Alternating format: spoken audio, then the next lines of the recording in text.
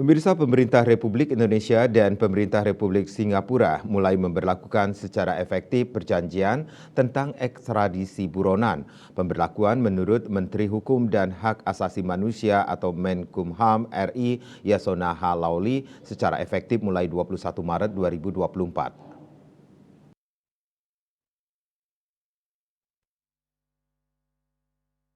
Dikutip dari kantor berita Antara, Yasona mengatakan perjanjian ekstradisi Indonesia-Singapura ini merupakan capaian kerjasama di bidang hukum yang luar biasa dan menjadi sejarah keberhasilan diplomasi yang sangat penting.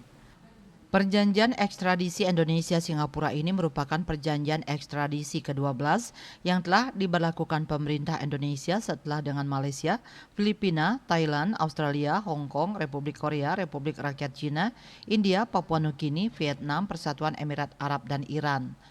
Perjanjian yang ditandatangani di Bintan, Kepulauan Riau oleh Yasona pada 25 Januari 2022 tersebut telah diratifikasi melalui Undang-Undang Nomor 5 Tahun 2023 tentang pengesahan perjanjian antara Pemerintah Republik Indonesia dan Pemerintah Republik Singapura tentang ekstradisi buronan.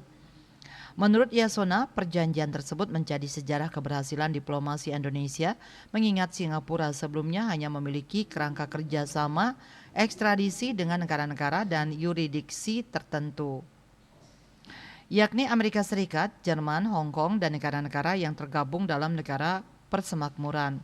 Dijelaskan Yasona, status Singapura yang saat ini merupakan salah satu pusat ekonomi terbesar dunia juga menjadi pertimbangan Indonesia dan Singapura harus terikat dalam sebuah perjanjian ekstradisi.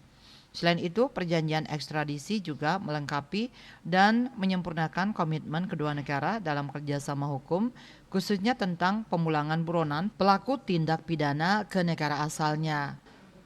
Menkumham menambahkan Indonesia dan Singapura sudah memiliki perjanjian bantuan timbal balik dalam masalah pidana sebagai dasar berbagai bentuk kerjasama hukum, diantaranya terkait pencarian pelaku kejahatan, pengembalian kesaksian, penggeledahan maupun penyitaan aset pidana.